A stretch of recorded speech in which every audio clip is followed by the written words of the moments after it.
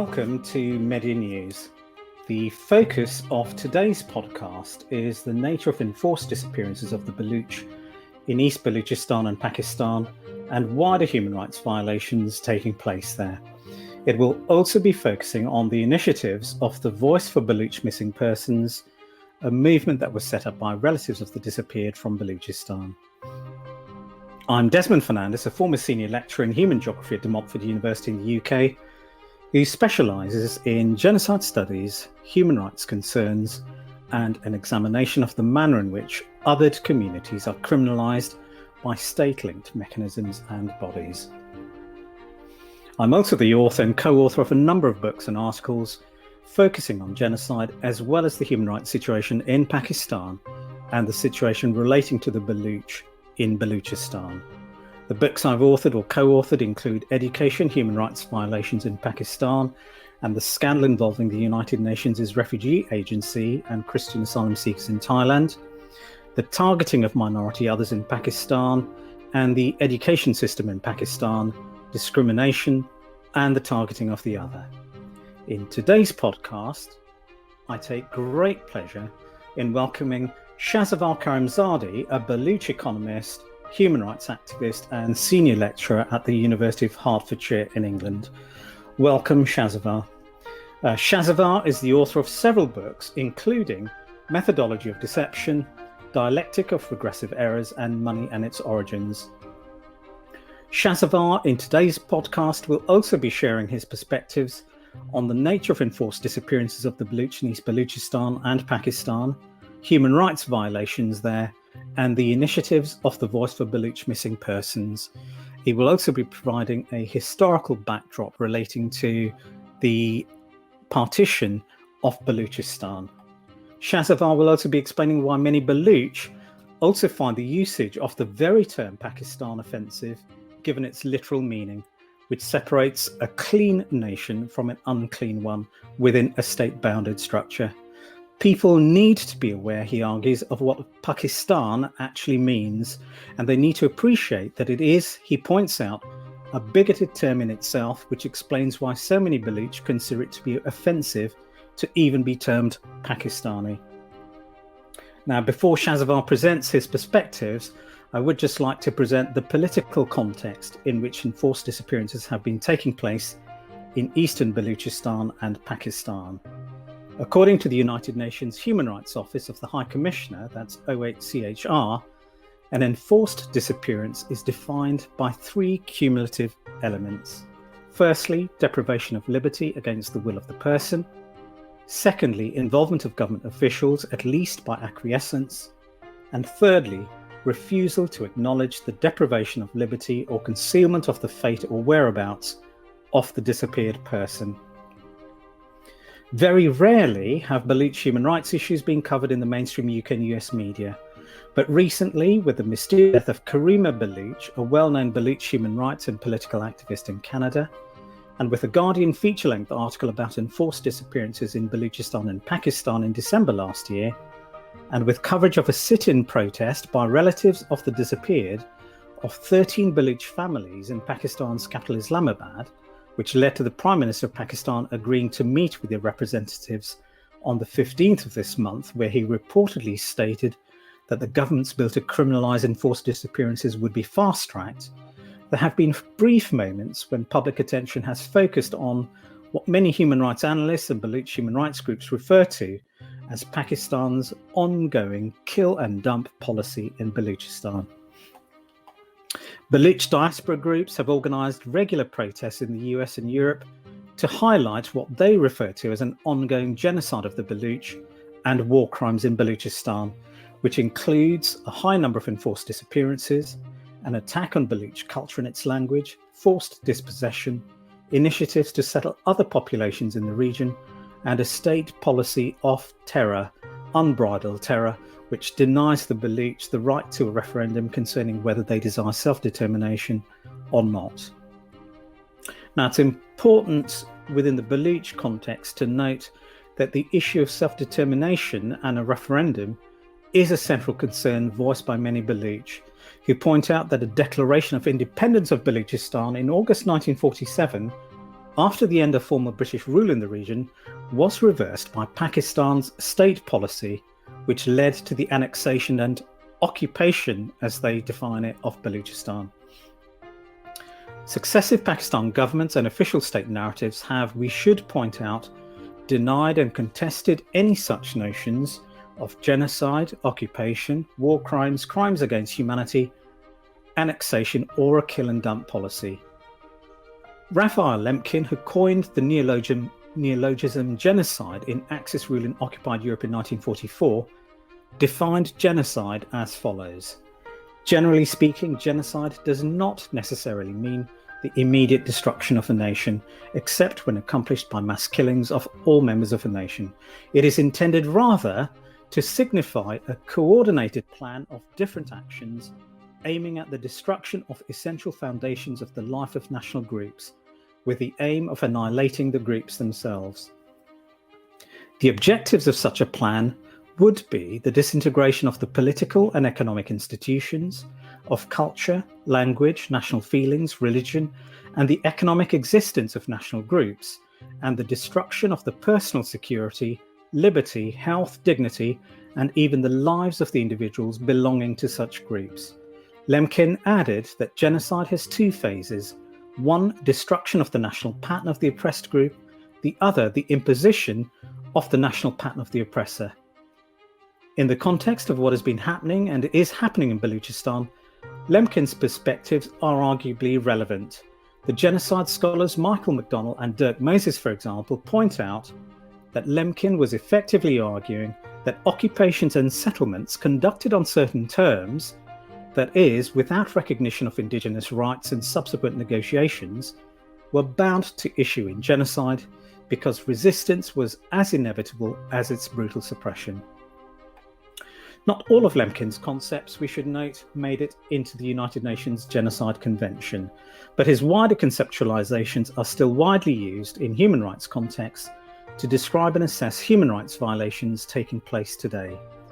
To the genocide scholars Jennifer Balint and Israel Charney, the Genocide Convention has not been accepted as the last word on the definition of genocide. The definition of the crime of genocide has provoked much scholarly and legal argument, they state. However, it is worth noting that the Genocide Convention placed intent as a key motivating factor that had to be proven and discerned, and it minimised the cultural aspects that Lemkin had comprehensively identified. The targeting of political groups was also not explicitly identified in the definition used in the Genocide Convention. As already clarified, even as a wide number of human rights organisations, groups, academics, and Baloch people suggest and state that they're experiencing genocide, official Pakistan state narratives and pronouncements do not acknowledge that war crimes, crimes against humanity, or genocide in any formulated context have taken place in Balochistan. Despite such denials, however, and this is obviously the subject of today's podcast in examining the issue of enforced disappearances, it is worth pointing out the following. According to Genocide Watch in 2012, and I quote, "The Pakistani government has carried out a cultural onslaught in the region, targeting educated professionals such as Baloch historians, healthcare professionals and journalists. The inability of the Pakistan government to rein in its military and protect its people is a big human rights concern. In light of these violations, Genocide Watch concluded that Pakistan remained at risk stage level 7 because of these indicators," end quote. Gregory Stanton from Genocide Watch defines stage 7 as extermination in current massacres, and he noted that in this stage, and I quote, "extermination begins and quickly becomes the mass killing legally called genocide. It is extermination to the killers because they do not believe their victims to be fully human. When it is sponsored by the state, the armed forces often work with militias to do the killing. Sometimes the genocide results in revenge killings," end quote. On the 18th of January 2014, the Pakistan Christian Post reported that Dr. Nazir Bhatti, the chief of the Pakistan Christian Congress, had also expressed his grave concern over the manner in which the Sri Lanka plan for the Tamil Tiger genocide was being proposed for Pakistan's security policy. On the 22nd of November 2017, Balochwana News reported that, and I quote, "A Pakistani minister in Balochistan has said that genocide is the only effective solution to address security issues." Home Minister Sarfaraz Bugti, during a meeting with local elders in Dera Bugti, said, "To save the future generations and for a prosperous Pakistan, there is no other option but to carry out genocide of terrorists." Several Pakistani Urdu dailies, which otherwise remain silent on the Balochistan conflict, have printed the statement of Sarfaraz Bugti, in which he also claimed that previously Balochistan was a no-go area, but the current government has succeeded in clearing the no-go areas. Sarfaraz Bugti also heads a Pakistan army-backed death squad in the name of Bugti Aman Force, who regularly abducted and killed pro-freedom Baloch activists and their family members. End quote. Here it should also be noted that terrorists has been a designation that has been used by the Pakistan military and authorities in the past and present, as noted by human rights campaigners, political analysts, Baloch civil rights campaigners and relatives of the disappeared and lawyers, to cover up crimes of targeting against civilians. It is notable that the current Prime Minister of Pakistan, Imran Khan, when leading his party in opposition in February 2016, had promised that he would act differently with regard to Balochistan if he came to power, as he understood the full scale of injustice and, as he termed it, and I quote, "the crimes against humanity that the Baloch experienced." As reported by the Pakistan Tribune newspaper, he stated, and I quote, "I will never start a military operation in your province, but will respect your right to protest," end quote. In a speech uploaded on YouTube on the 26th of January that same year, he's heard passionately stating before an audience, and I quote Imran Khan here, "I, in 1971, when the Pakistani army took action in East Pakistan, I was the one who was standing with the Pakistani army, praising the soldiers. They're doing this and great job, and it's only foreigners, terrorists and militants who are being targeted. It was 3 years later that we realised that the army butchered civilians, women and children, and so we're doing exactly the same thing in Balochistan. They are bombing people. How can you bomb people? Is this an army that you're bombing? There are women and children there. But for us, it's very important to understand how we're just bombing our own people. Just think of the immorality of bombing villages where there are women and children," end quote. Note here that Imran Khan recognised that the people being referred to as only foreigners, terrorists and militants who were being targeted by the Pakistani army, he later discovered, were butchered civilians, women and children, as he termed it, own people, as he came to realise. In that same speech, which had also considered the plight of people in the tribal belt, he added, and it is of relevance to the podcast today, and I quote, "And the extrajudicial killing that is going on, how many times have you heard about so many militants killed? Is there any verification? Has there been any identification? Who are these people that have died? So this is a crime against humanity, what is going on," end quote. Since Imran Khan became Prime Minister, of course, the army, as many human rights reports have confirmed, has continued to do the very same things that it was doing in 2016 when he made these statements. On the 14th of December last year, Hannah Ellis Peterson in The Guardian reported that, and I quote, "In opposition, Imran Khan repeatedly pledged to end the practice, but since he became Prime Minister in 2018, the disappearances have continued, some say escalated, whilst accountability seems as elusive as ever," end quote. Fiona Nybart from Genocide Watch on the 15th of August last year reported that, and I quote, "Prime Minister Imran Khan's government has cracked down on journalists, activists, non-governmental organisations and the political opposition. Arbitrary detentions and extrajudicial killings by law enforcement agencies continue with impunity. Human rights advocates live under constant threat of arrest. The Pakistan Intelligence Service, ISI, is a state within a state. unrestrained by law. Pakistan is currently at stage 6, polarization in the 10 stages of genocide. End quote.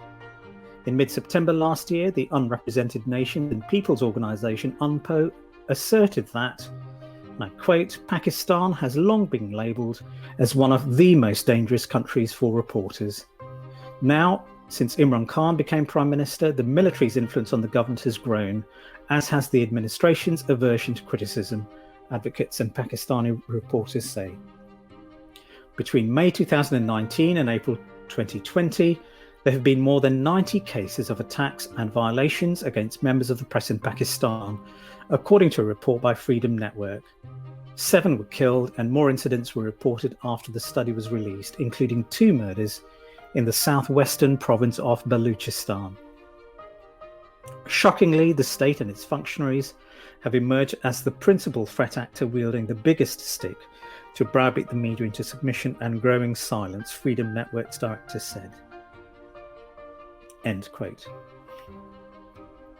Now, Tariq Khosa, a former chief of police in Balochistan and the author of The Faltering State and Inconvenient Truths, acknowledged and noted the following in a 20th June article in Pakistan's Dawn newspaper last year. And I quote,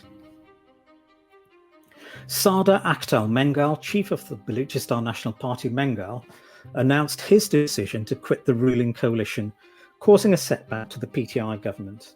That's Imran Khan's government. The latest voice of dissent does not augur well for the nation. The government has been accused of displaying a non-serious attitude towards Balochistan's problems and of failing to implement the 2 agreements arrived at with the PTI leadership before the formation of the government soon after the 2018 polls. 2 pressing issues referred to by Mengal during his speech focused on missing persons and non-implementation of the Counter-Terrorism National Action Plan. By not attempting to heal Balochistan's wounds, the powers have unleashed anger and anguish amongst the Baloch. Top of the list is the issue of missing persons. Our 2 premier civil and military-led intelligence agencies have operated without a legal framework for too long. They must be made accountable to the law and Parliament. 2 previous attempts by civilian governments to bring federal intelligence agencies within the ambit of the law were scuttled. The Commission of Inquiry on Enforced Disappearances has been an utter failure. Pakistan has failed to enact a law on enforced disappearances despite international commitments. The state has lost credibility, end quote. And Reuters noted on the 20th of July last year that when he led the BNP-M into an alliance with Mr. Khan's coalition 2 years ago, Akhtar Mengal gave the government a list of 5,128 missing persons. Since then, over 450 people on the list have been found or returned to their families, but during the same period, Mengal states another 1,800 were reported to have disappeared. If you cannot recover people, at least stop disappearing more people, he said. Mama Kadir, who heads a group called the Voice for Baloch Missing Persons, keeps his own count. In the last 6 months, the number of Baloch missing persons has risen, he said, end quote. And again, I.A. Rahman, writing in Pakistan's Dawn newspaper on the 4th of June last year, also emphasised that the need to address the issue of disappearances is clear. For years, the United Nations Working Group on Enforced Disappearances has been calling upon the government to reconstitute the present commission, increase its financial and human resources, and declare enforced disappearance a criminal offence. The government must also release the 2010 report prepared by 3 retired judges that will reveal how disappearances are effected and by whom. It is also time Pakistan ratified the UN Convention on the subject, end quote. And again, looking at issues of definition and scholars who have considered this issue, Zeus Hans Mendes, writing in the Journal of Indo-Pacific Affairs last year, concluded, and I quote, that whilst some may perceive claims of genocide as exaggerations, they are not baseless, and certain activities currently occurring in Balochistan lend support to such accusations. There are 2 primary methods of repression adopted by the Pakistani state: bribes and all-out bludgeoning of the Baloch. The military has thus been accused of destroying and depopulating Baloch, as well as being responsible for a multitude of forced disappearances in urban and rural Balochistan, end quote. Now, Mendes is the Centre Coordinator of the Centre for Security Studies at the Jindal School of International Affairs, OP Jindal Global University. Relevant passages from his 2020 paper include the following, and I quote, "Since the protests on the 11th of June 2020, reports have shown a significant increase in the number of enforced disappearances, raids and arrests being carried out by the Pakistani security forces. The Pakistani state's repression against the Baloch is in fact intensifying. According to the Human Rights Council of Balochistan, the attacks and military raids against the Baloch have also significantly increased, especially during the COVID-19 lockdown. Already deprived of the resources and repressed by the Pakistani state, it is likely that the Baloch may soon become a marginalized population in their own land. With the military becoming more oppressive, the cases of enforced disappearances mounting daily, it has become evident that the Baloch are running out of time," end quote. According to the Voice of Baloch last year, the Baloch suffering doesn't end there. There is a great crisis of internally displaced persons, IDPs, in Pakistan, a large part of whom remain ethnically Baloch. The IDPs not only live in appalling conditions, but the Pakistani government, including the deep state, controlled by the military establishment, also forbids international humanitarian organizations from helping these displaced people. The intelligence agencies and other security institutions continue to haunt the already suffering Baloch IDPs to this day. And it's for these types of reasons that in a protest outside the United Nations building in Geneva last year, Naila Kadri Baloch, president of the World Baloch Women's Forum, said, "It's almost 70 years, the United Nations is standing here, and it's almost 70 years that Pakistan has occupied Balochistan and they're perpetrating our genocide. Actually, what's going on in Balochistan can be described in one word, that is genocide. They're using rape as a tool of oppression. They're taking our women. They are torturing them. This is the time the UN should understand and feel a responsibility to come to Balochistan and intervene. The UN should monitor what's going on in Balochistan. So we are living in occupied land. We are living in a hell that is made by the state of Pakistan. There should be an intervention by the UN in Balochistan, and there should be fact-finding missions because there are mass graves. More than 40,000 people are missing. Our whole nation is in a Great Depression," she said. And she's also on record as stating in 2016, and I quote, and it is of relevance in today's podcast, "It has reached the level of genocide. There are 100 mass graves in Balochistan. It is a war situation. They're combing our villages. They fire indiscriminately. They kill anything. 1-year-old babies, girls, women, anything living, even our cattle. They abduct women. They take women with them. They have rape cells. There are official torture cells. A journalist was abducted, he was tortured, and he witnessed a 25-year-old Baloch schoolteacher, Zarina Mari, in a rape cell. When he was released, he gave his report and testimony to Asian Human Rights Watch. They have abducted thousands of women. No one knows their whereabouts. They are using rape and dishonor as an instrument to crush a nation. It is a freedom struggle. We were occupied by Pakistan on March the 27th, 1948. In evidence, we have been fighting against Pakistan to free ourselves. Pakistan has created local Al-Qaeda and ISIS groups in Balochistan. Pakistan created these groups the way it created Al-Shams and Al-Badr in Bangladesh to massacre Bangladeshi nationalists. These groups are mostly non-Baloch, and after killing Baloch people, they go back to Pakistani barracks." And historically, she quoted, and again I quote from her, "An independent country was occupied. Balochistan as a nation state was formed in 1410. It is the fourth Kurdish state. The first was Mesopotamia. When Pakistan attacked Balochistan, we already had a parliament. We had a House of Commons and a House of Lords. We had our boundaries, our constitution and rule of law. Our constitution was written way before Pakistan's constitution came into existence. Pakistan is an artificial state created by the British. It is a test tube country. People talk about Westphalian nation states. What about our nation state? Why was it occupied? Why did no one raise any objection? Because it was an imperialist plan to divide India, to leave India weak, to create problems for India all around its borders. The British left the Indian subcontinent physically, but they ensured that the people in the subcontinent continued fighting with each other and not become a strong power in the world. Balochistan and Kashmir are not the same. The instrument of accession was offered to princely states. Balochistan was not a princely state, it was an independent country. The parts of Balochistan under the British were given to them on a lease, a contract.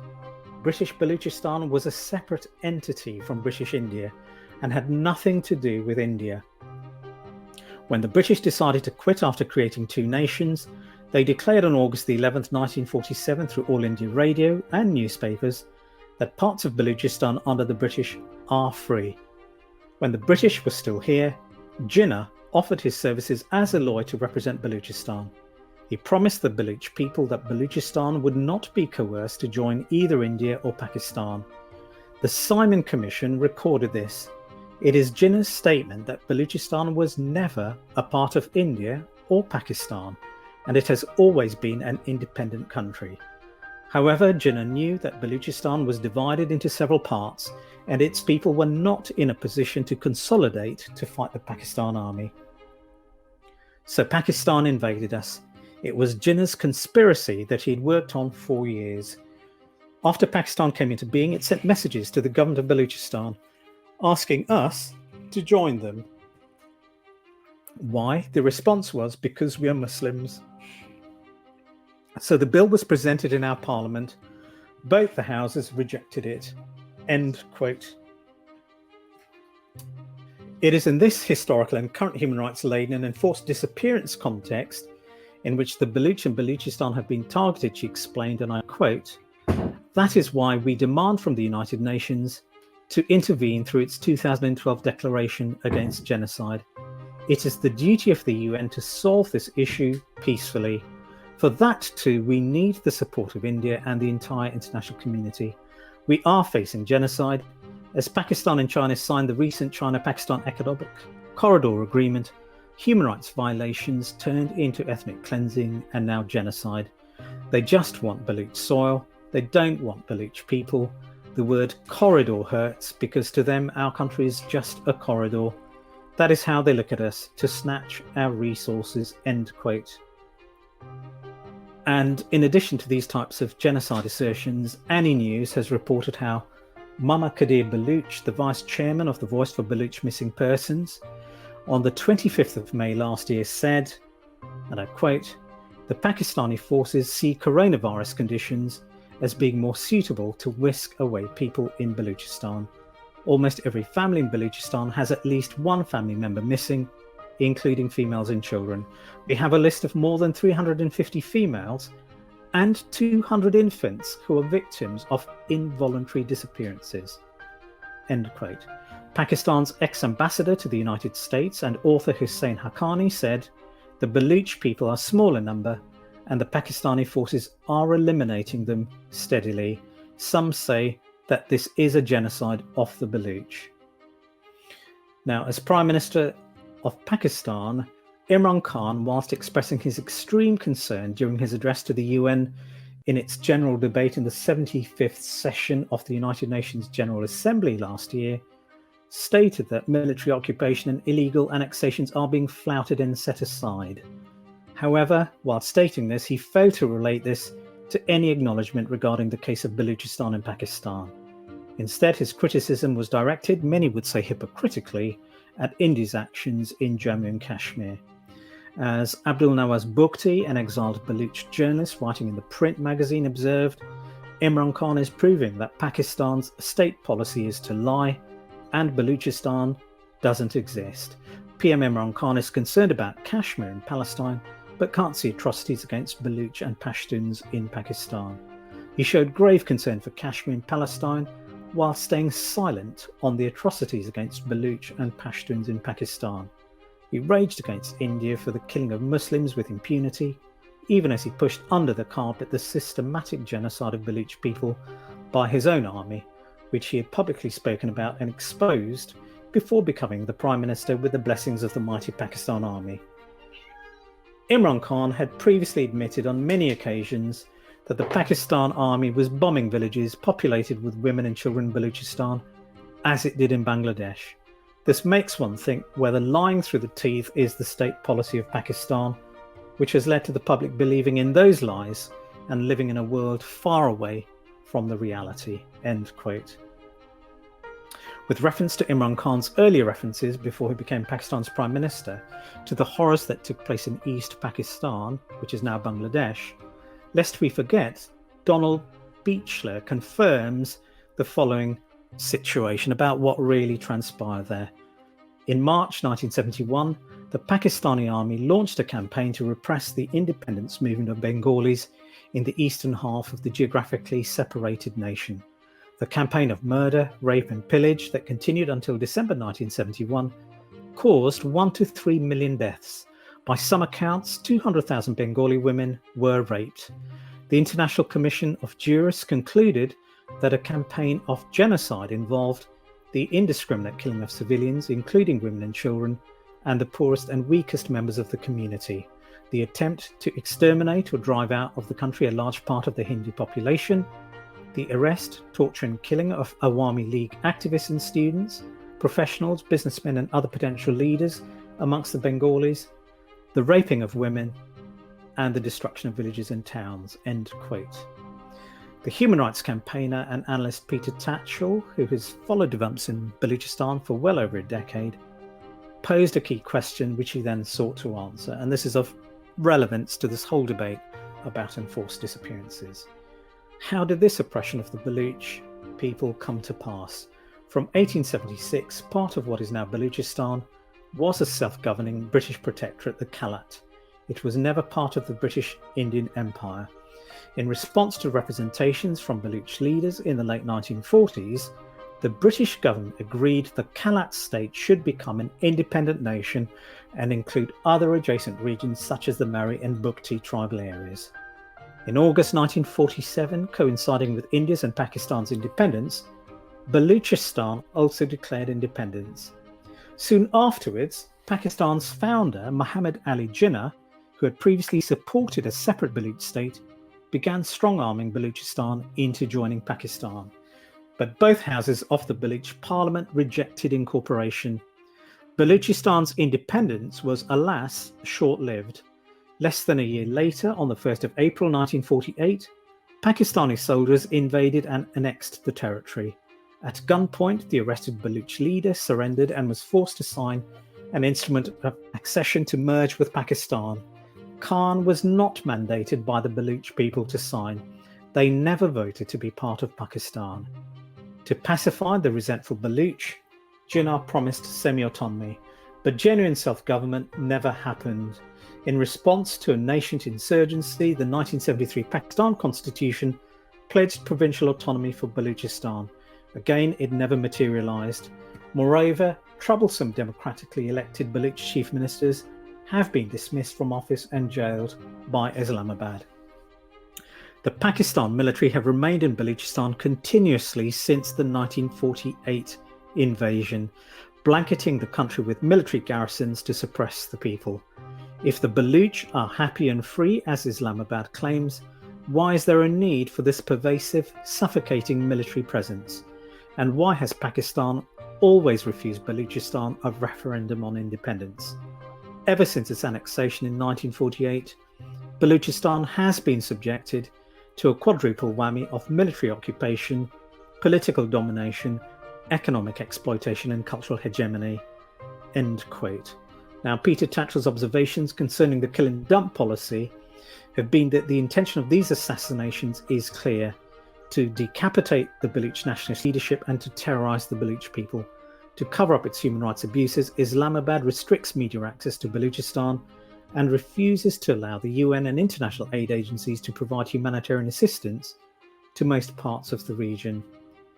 Concerning these enforced disappearances, the Asia Human Rights Commission noted in 2013 that the disappearances are a result of the government using militaristic methods to solve the Balochi political conflict. legal and diplomatic methods are largely ignored, and rule of law has been hounded into non-existence by the military and intelligence agencies.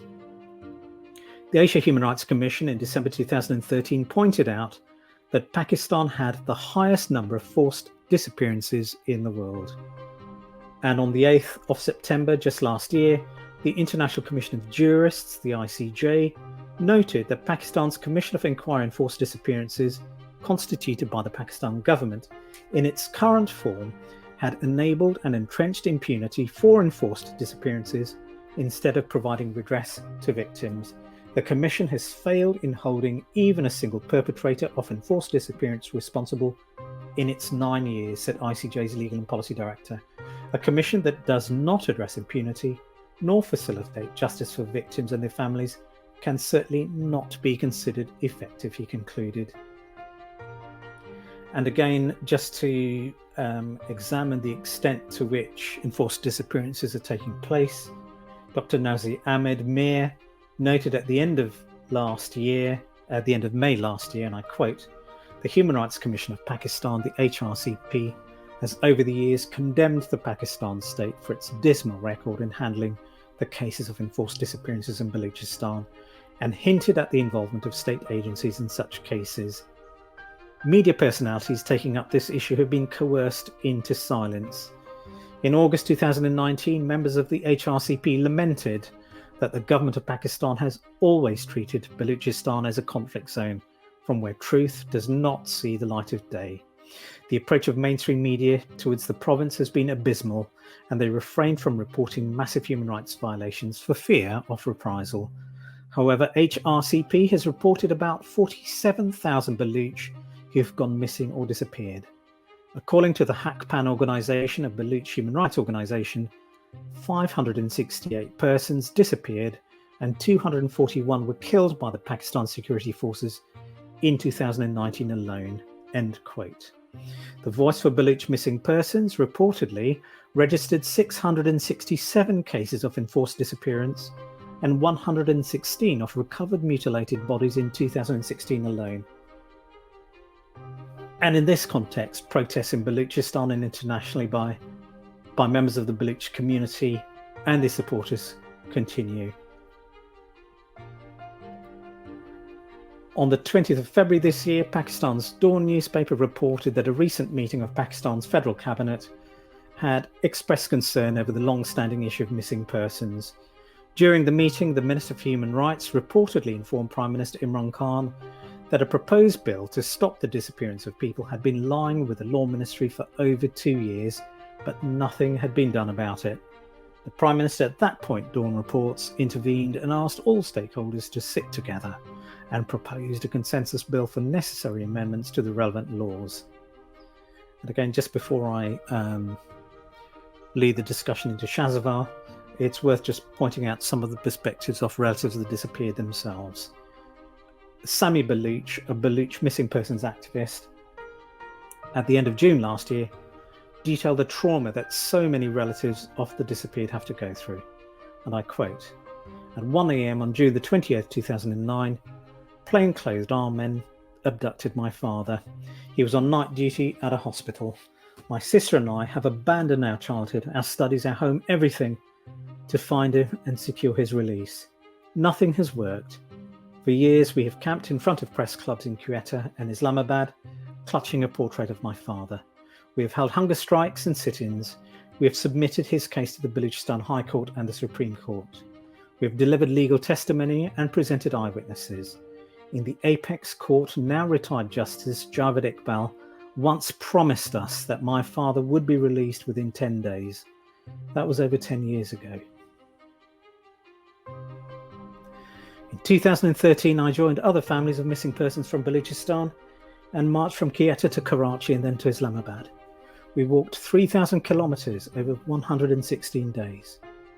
I've presented my father's case in front of every human rights organization in the country. I've gone to the UN. I've asked every major political figure in my province to help my father.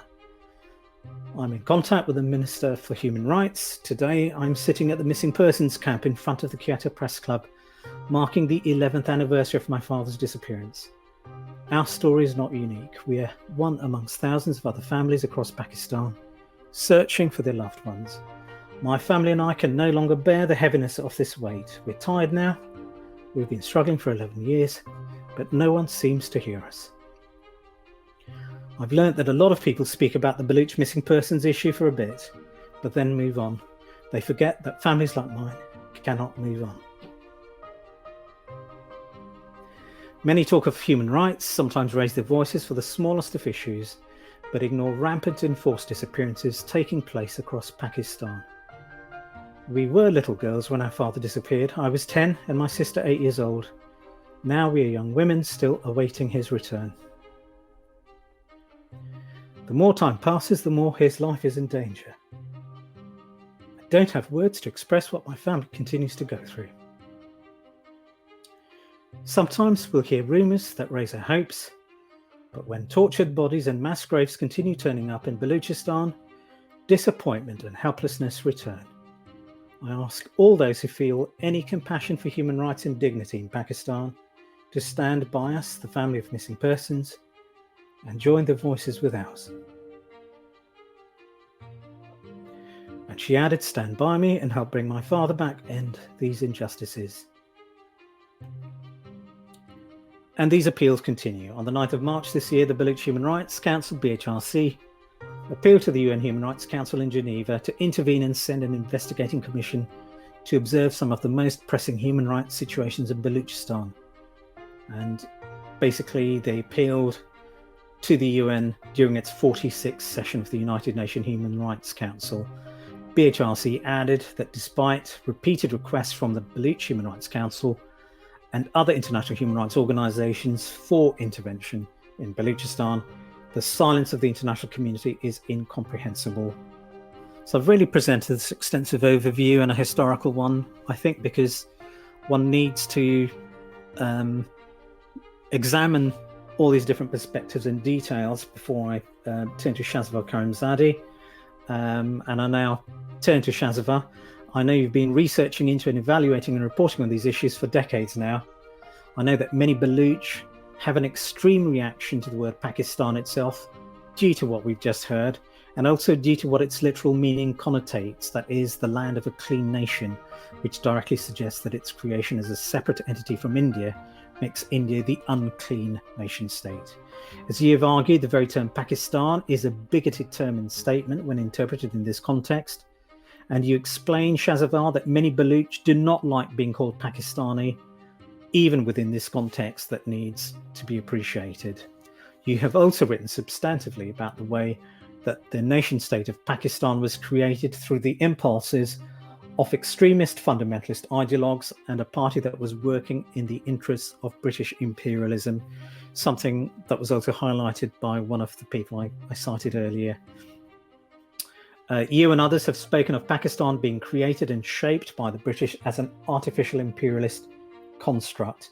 And in this sense, Balochistan, as you state, and as others have stated in the podcast today, was annexed without due consultation with its peoples.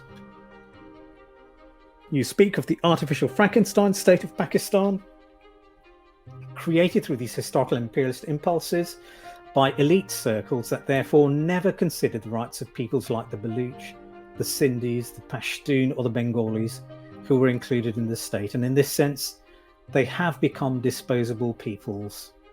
The very nature of the extremist state, as you've argued elsewhere, created through British imperialist and colonialist agendas that enable the genocide of people in East Pakistan, today's Bangladesh, has equally resulted in the military occupation and annexation of Balochistan and repression and marginalisation of its people, paying scant regard to their calls and rights for self-determination.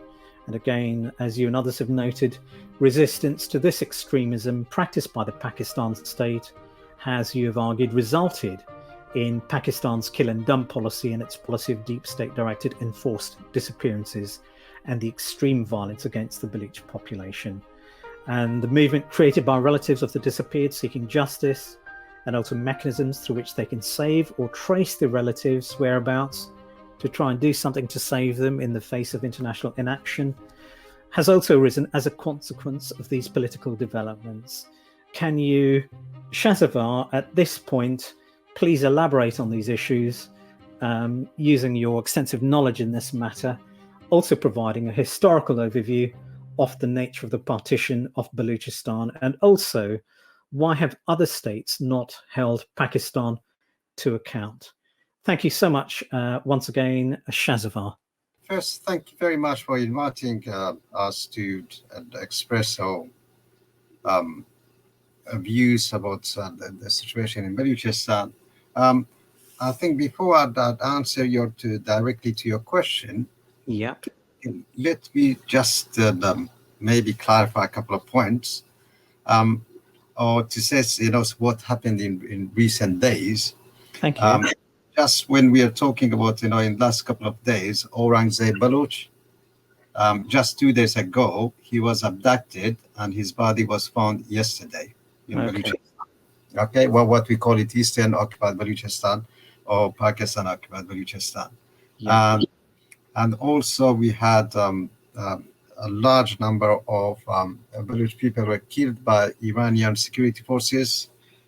It was on the 22nd of February 2021. Those are people that are just trying to make the crossing what they call it border, which is not a border, to sell some goods. So just remember those people. And a couple of other, I think one point we have to make it clear. You see, Balochistan is one of the oldest nation in that region, and is in the plate of Iran. Is one of Iranian nations, like many other nations. So it's nothing to do with Indian subcontinent. As we get to Indus River, so the other side is India. This side they call it Iranian plateau. So it was, and since 1666, Balochistan became independent. It was independent state until British they went to occupy Balochistan in 1839, and as a result of that, they drew two lines. One is called Goldsmith Line, which was drawn in 1871, and they divided Balochistan in two parts, Eastern and Western Balochistan. And the Eastern Balochistan was given to Raja rulers, or the Turkish rulers of Persia at that time. And then there was another land drawn in 1893, is called Joran land, and that northern part of Balochistan was given to Afghanistan. But since that time, Baloch and Pashtun, there were two nations that fought against British occupation or colonization of Balochistan and the Pashtun area. So the Baloch were always there fighting for their rights to become independent. And the second point, before I get to the point, is insult to say to Baloch Pakistani is totally insult. I think we have to remember the term is a very, very offensive term. There is no such a thing as Pakistani nation. Is a very, very offensive term that some of the fundamentalist Indian Muslim, they came up with this idea of the Pakistan. Chaudhry Rahmat Ali in 1933, and he was a fundamentalist individual, fundamentalist Indian, who, like the rest of the Muslim fundamentalist Muslim in 1930s, they were supporting fascist movement, and they came up with this idea of the Pakistan. Pakistan, when you compare it to Hindustan, there are two terms. Hindustan, that means like Balochistan is the land of Baloch. Kurdistan is the land of Kurdish people.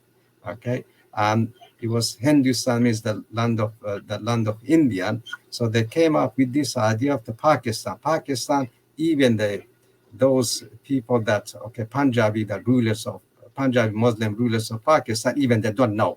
Pakistan is basically means is the land of clean. Okay, And for the Muslim, for the fundamentally Muslim, even now they use it in textbooks, in Pakistani textbooks. That means Hindus are najas. That means filth.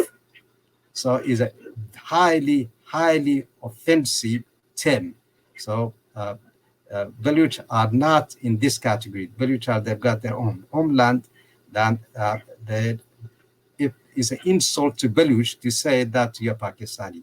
And whoever they say that one, I think is insulting us. So that when using this term, Pakistan is in Iranian languages, in Baluchi language, in Kurdish language, in Farsi, in Gilaki, in Dari language. And Pak means clean, Stan means the land, okay, where you're supposed to be part of means the land of clean nation, as opposed to land like Hindustan. So they regard Hindustan or the Hindu filthy, so they wanted to have a clean land, and they're exactly the same people. Okay, West Punjab is not any different from East Punjab. Okay, East Bengal is not any different from West Bengal. And there were two provinces of the India. The British, they divided and created this Frankenstein state.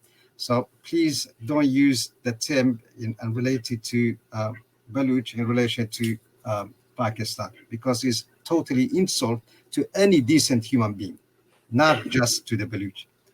Okay, coming back to the question, you see, since Balochistan became independent, as you said, in 1947, and the news of independence Balochistan was announced, in daily radio, and also on the it was you had it in news of New York Times. Yeah. That mentioned in New York Times that Balochistan became independent.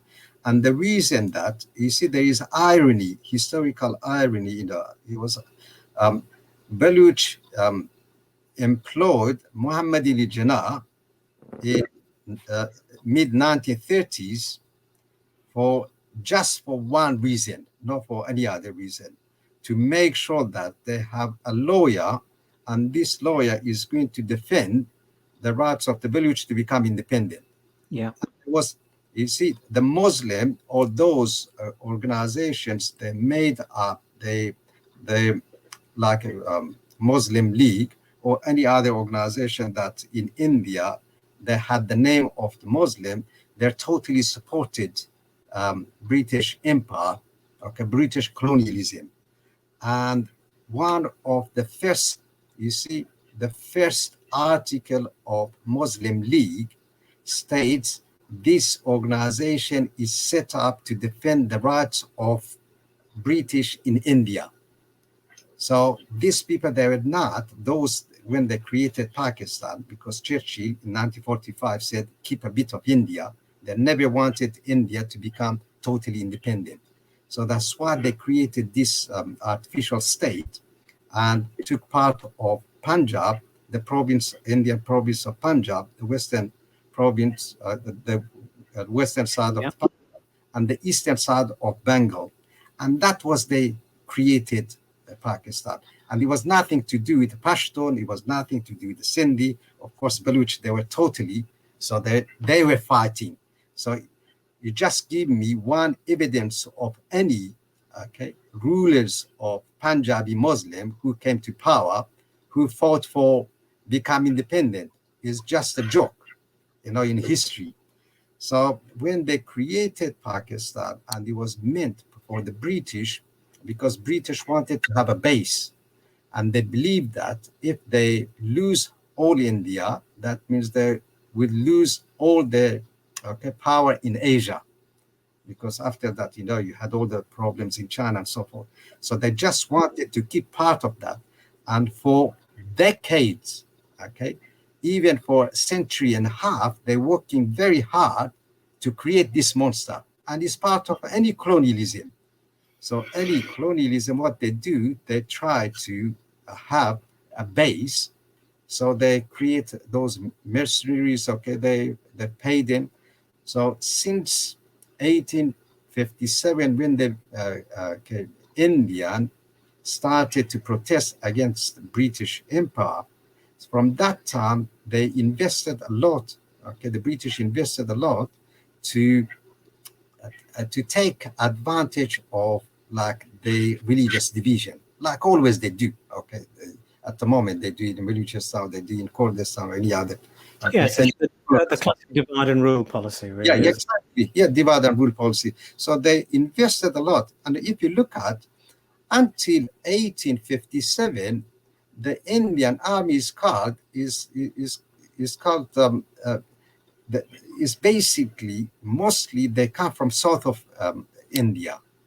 But after that, they realized that because of the movement of the revolt of the Indian in 1857, and the Muslim from really the Punjab area, the Punjab, because Punjab, of course, you've got east and west.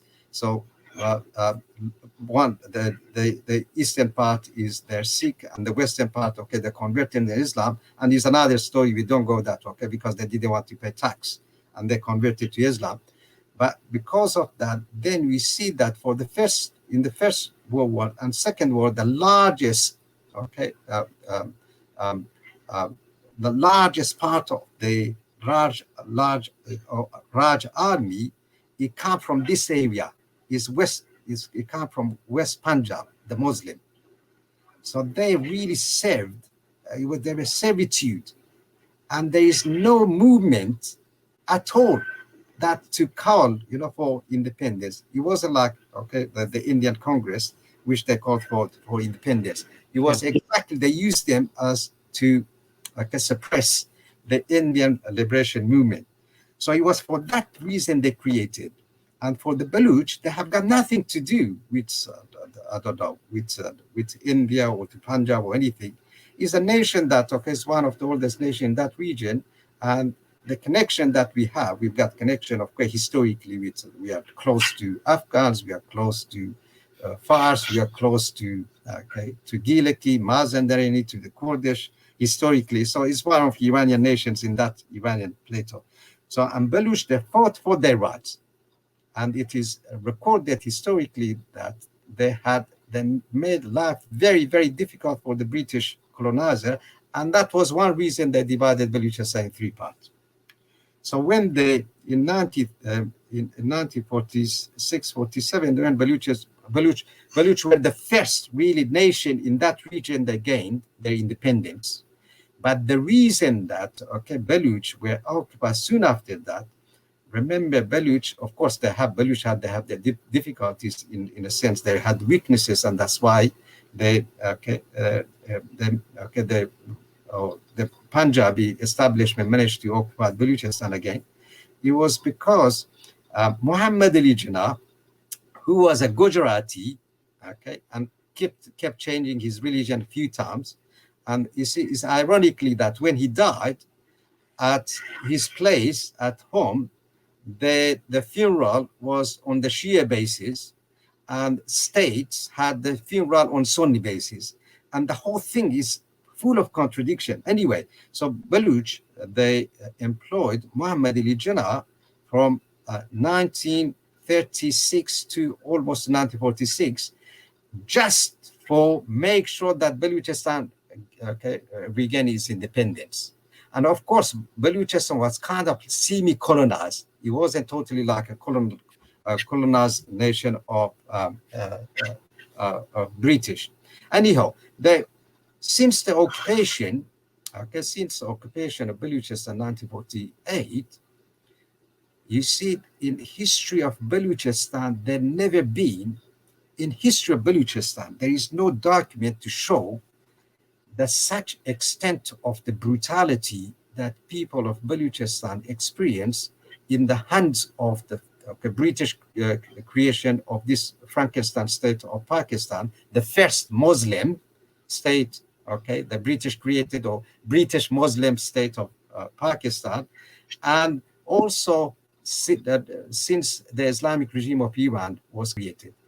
Never ever in the history of Balochistan there has been such a sort of brutality.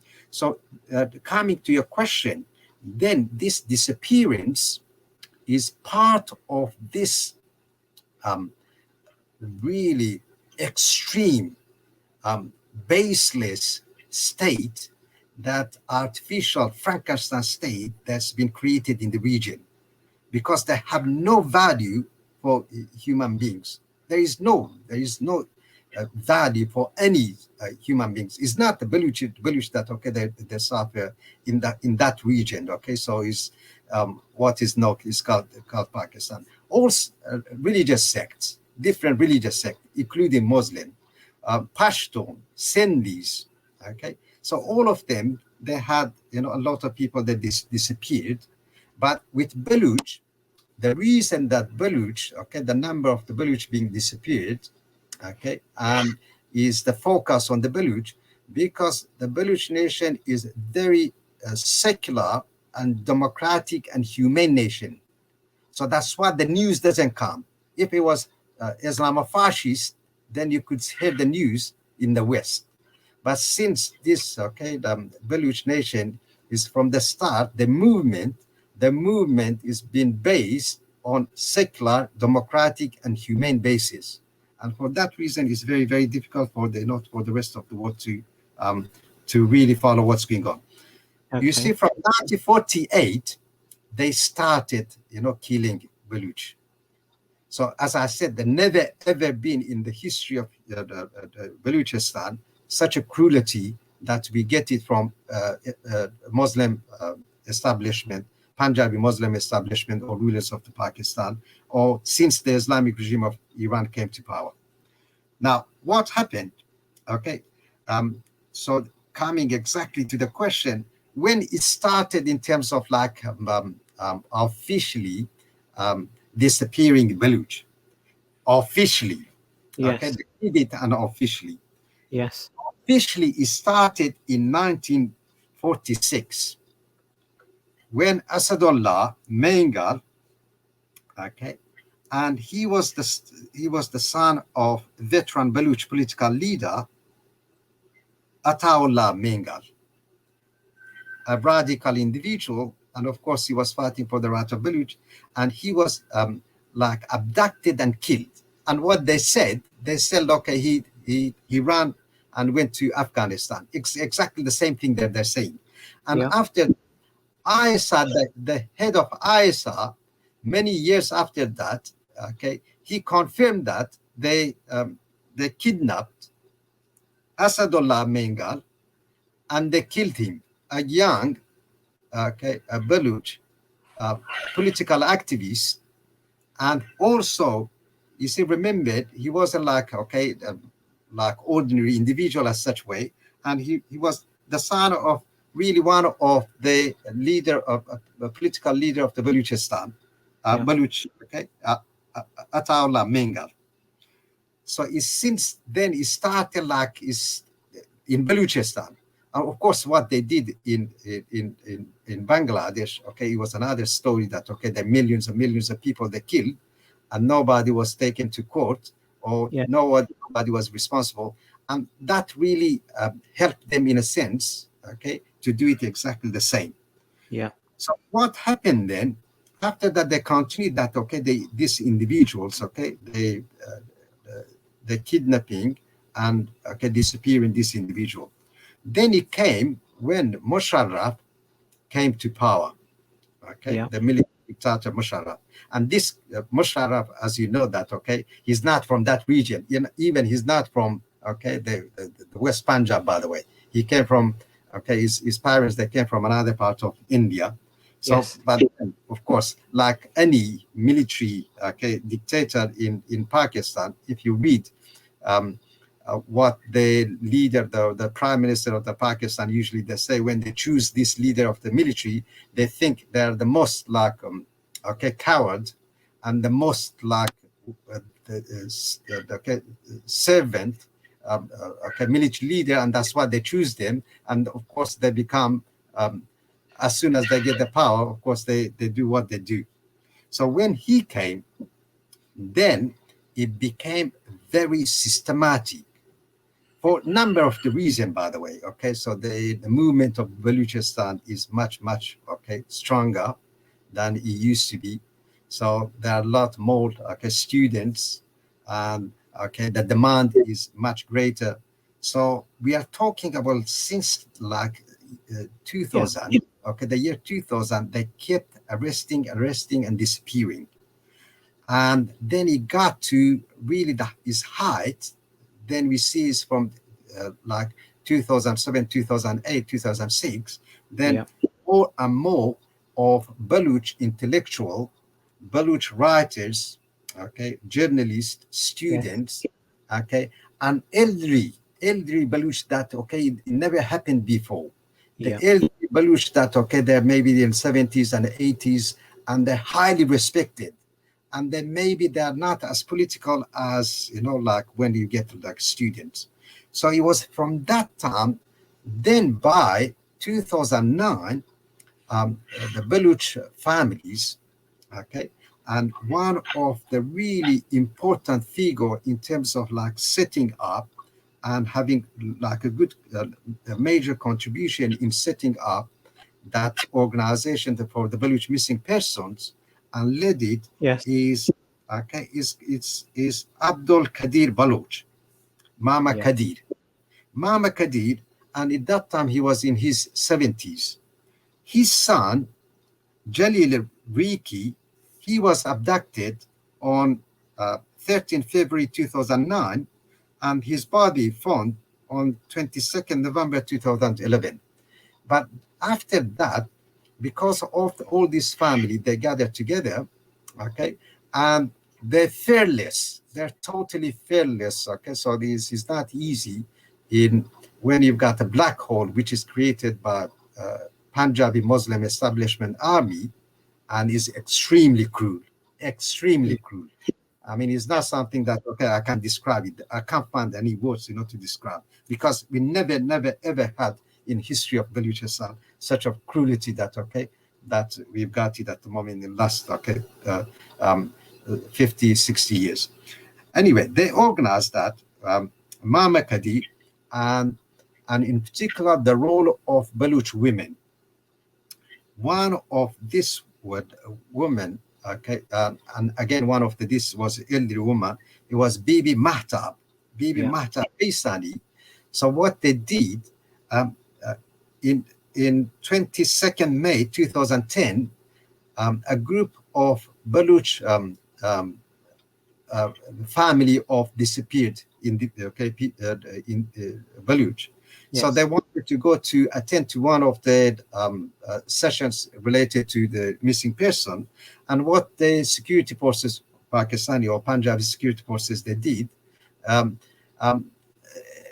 They put some stuff in their car, and their car, after that, so how can I say it? Well, it turned upside down in a way on the way. So it was kind of like kill her. Like accident, So Bibi Mahtab, she was in the 80s, she died, then.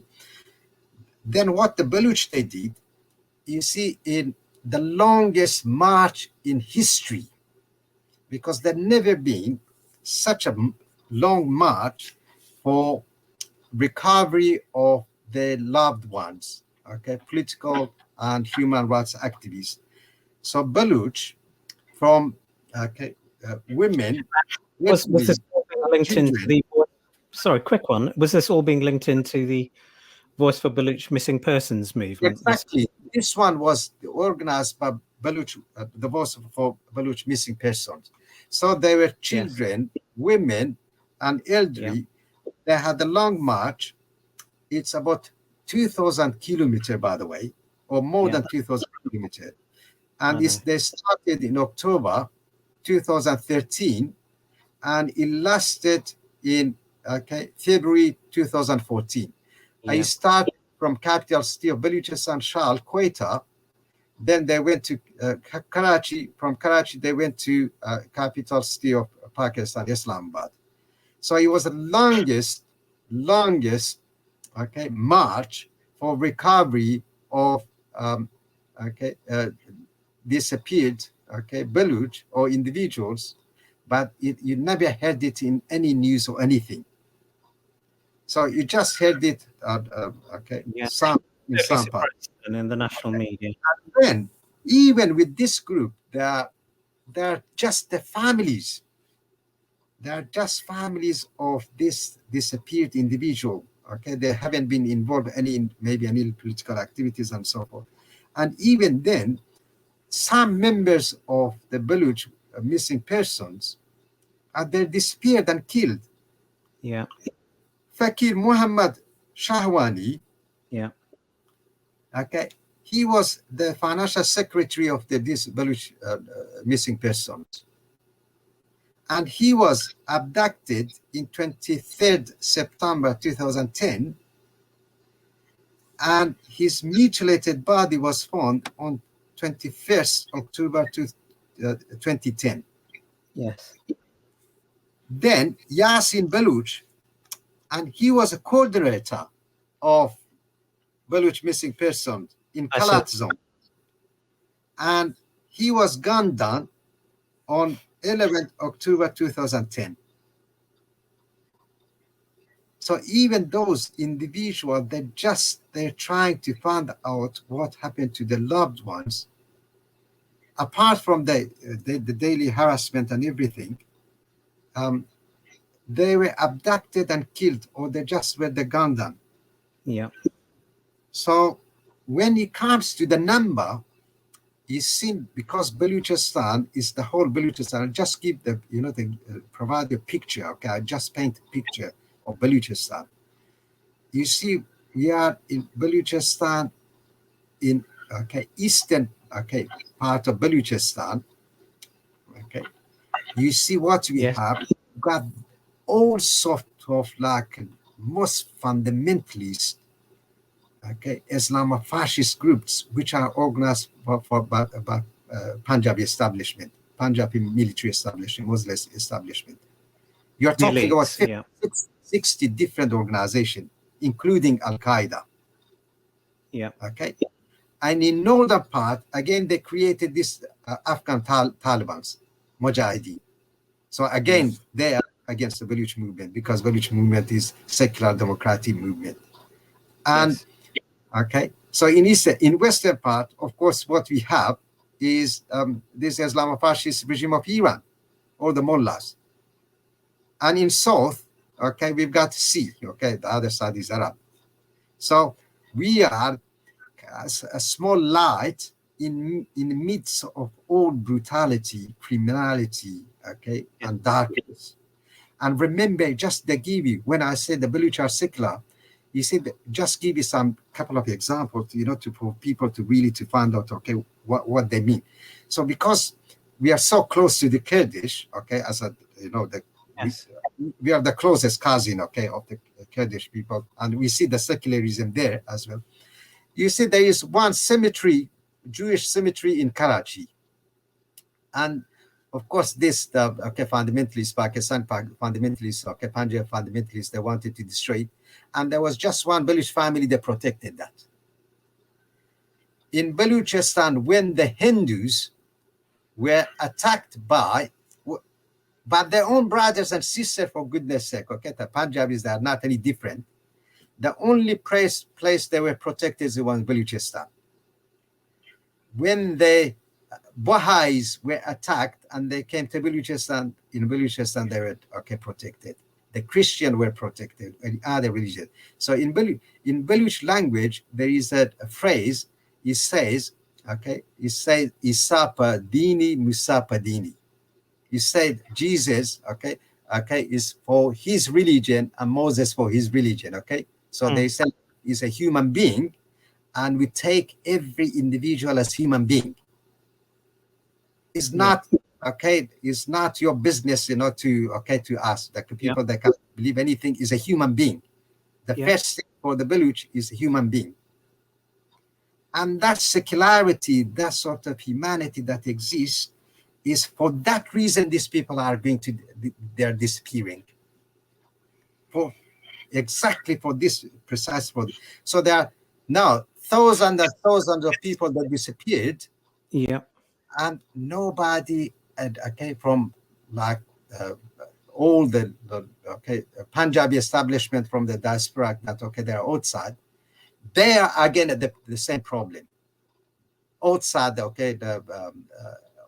Pakistan, because again they are the cause of that same problem that we have it in Balochistan, because the same mindset, Islam or fascist mindset that exists within the rulers of Punjabi establishment of rulers of Pakistan is exist there. Either they are generalists or whatever they call them, but in terms of the mindset, there is not much difference from what you get it from the army of Pakistan, which is the Punjabi Muslim. Yeah. So for that reason, we have a major problem. Okay, so I'm going to stop here. If you've got any other question to ask. No, I was going to say thank you very much, because that highlights the way in which the Pakistan state is being constituted. As you argue, it inherently leads to the targeting of it was artificially and geopolitically constructed. I know we're running out of time, and really thank you very much for all of that. Just as a final question, and you see many people would link that in or see parallels with what's happening in Rojava in Syria, which is really that because it has welcomed a whole range of different cultures, people of different beliefs, people of different ethnicities, and encourage them to live in there in a protected zone, that appears to represent a threat, not just to the Turkish state, but to a lot of international states, as Margaret Owen, a lawyer, highlighted. So it's really a terrible situation. My only other thing would be, why have other international states not held Pakistan to account? Is it mainly because Pakistan has been so crucial in the war on terror in the period of the Cold War? It was used. It was obviously a key launch pad for the US to be able to destabilize Russian-occupied Afghanistan. All those reasons. Is that why you see that Western Europe, the United States, and the international community have not really intervened? I mean, one other key point I know, which we've not mentioned today, is that Balochistan in occupied Pakistan represents something like 43 to 44% of the full land territories, together with its main areas for minerals, water, the key port facilities and everything like that. Is so much invested by the international community in terms of cynical geopolitics that they will not allow Balochistan to be free or to have this referendum. What are your views on that? And the other point would be, can you see the current way in which, I know you've highlighted how it would be impossible given the current structure of Pakistan, for anyone from Balochistan to not be targeted in the ways you've outlined. But in the current international political climate, is there any way in which the situation, do you think, can be improved in terms of ending these terrible human rights violations in Balochistan? Yeah, I think a very, very good question. You see that, one thing, for people that's in, because there are really many, many factors that, that really help, assisted, because Pakistan is meaningless, I think use of the term Pakistan is one reason for people they think that there is a nationality like Pakistan. There is no such a thing as nationality like Pakistan. It doesn't exist. It's just an artificial construction. And is a legacy of the British Empire. There is nothing else. So the Punjabis are Indian, like any other Indian. And like Bengalis, they're Indian, like any other Indian. So that in that sense, there is no such a thing. But the reason, there are many, many factors really that that why Pakistan survived. Pakistan is not going to survive. I'm pretty certain is something that, in lot people are not very certain, but I'm pretty certain Pakistan is one of the construction is not going to survive. So if people, they know exactly the nature of this artificial Frankenstein state, mafia state, then they realize that, so it's totally artificial. And since 1947, that this artificial Frankenstein, really criminal state was created, you just look at the history. So you've got, as soon as the reason that the Churchill said keep a bit of India, it was exactly precisely that to what was happening after that, because they felt that there is going to be a clash between Soviet Union and the Western countries like Britain and United States and so forth. So they needed a base. And after the 1950s, again, you've got that clash. That clash existed between Soviet Union. And one thing that, the Punjabi Muslim establishment, they've done it, they can turn their color anytime. They can one day, they're extreme, fundamentalist Muslim, so they fight against the Soviet Union, so they get any support from West.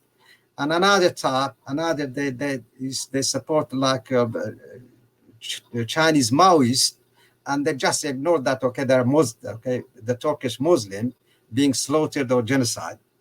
So they can change anytime. So by changing the color, because this kind of the servitude mentality, so that exists, has been one of the reasons really for the survival of the Pakistan as it exists. And the other really very, very important, because this state, is a parasite state. He says since 1850s, what they've done, they were mercenaries. So after India was divided, after the partition, he said 30, 35%, 40% of the army of India was this Punjabi establishment. So this parasite state, you see, since its creation, what they've done, begging from this state, begging from another state, begging, one day in the name of Islam, another day in the, fighting against communism, another day is, always that this mindset of changing the color at any time, when the Islam is for them is a tool, they use it. When, they, colonialism, to pretend that, they were colonized, they were not, but they used that one. When they use the term of the human rights, they use it for that reason, So and when they realize that they can get a lot of money from the Arabs, they use Islam. Nowadays, they use, something else. You said the Turkish, they came to India and occupied, Ghaznavid occupied India. So we are part of that. And now that they take, they use Turkey to take advantage.